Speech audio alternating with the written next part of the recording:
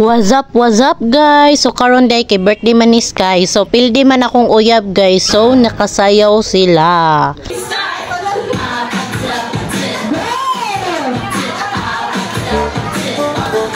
So mautog guys, after sa ilang sayaw kay gipasayaw na sad mi. So ako may gipili guys. So nayang ate og yang maigsoon. So awara good guys. Oh. Naghilom-hilom raman unta ko ani guys, pero gikuan man jud ko siyang igagaw na ali diri Kim. So mo to guys, nakasayaw in taon ko.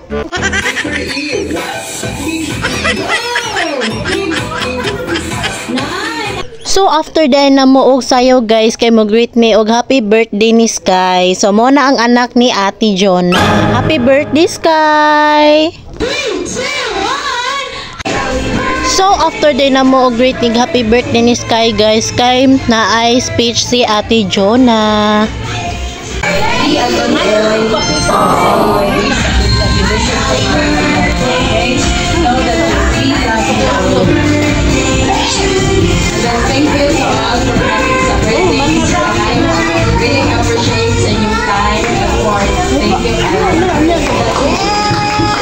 The next day. So the next day naman sad guys. So mga onditag sushi karon. So nagtusubuwa po day mi karon guys. So awara good guys. Oh, mani among tindera sa una guys. So nagmeet ni karon. It's been a long year guys. So karon rami nagkita guys. So awara good. Nagtusubuwa mi guys. So ako'y nagluto anak guys. Awara good siya. Nag-video sad siya guys. So siya kabaw na vlogger sa day ko. So mo day ni guys.